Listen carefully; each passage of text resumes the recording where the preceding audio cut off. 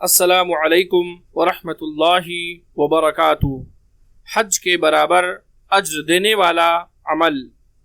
حضرت ابو امامہ رضی اللہ تعالی عنہ سے مروی ہے کہ رسول اللہ صلی اللہ علیہ وسلم نے فرمایا، جو آدمی اپنے گھر سے وضو کر کے فرض نماز کے لیے نکلتا ہے تو اس کا اجر و ثواب ایسے ہے جیسے کہ حاجی احرام باندھے ہوئے آئے، اور جو شخص چاشت کی نماز کے لیے نکلے اور اس مشقت یا اٹھ کھڑے ہونے کی غرض صرف یہی نماز ہو تو ایسے آدمی کا ثواب عمرہ کرنے والے کی مانند ہے، اور ایک نماز کے بعد دوسری نماز کہ ان دونوں کے درمیان کوئی لغو نہ ہو علیین میں درج کا باعث ہے۔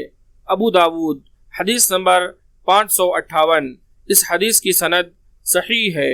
اللہ تبارک و تعالی سے دعا ہے کہ اللہ رب العالمین ہم تمام لوگوں کو اس حدیث کو سمجھنے اور اس پر عمل کرنے کی توفیق عطا فرمائے، آمین۔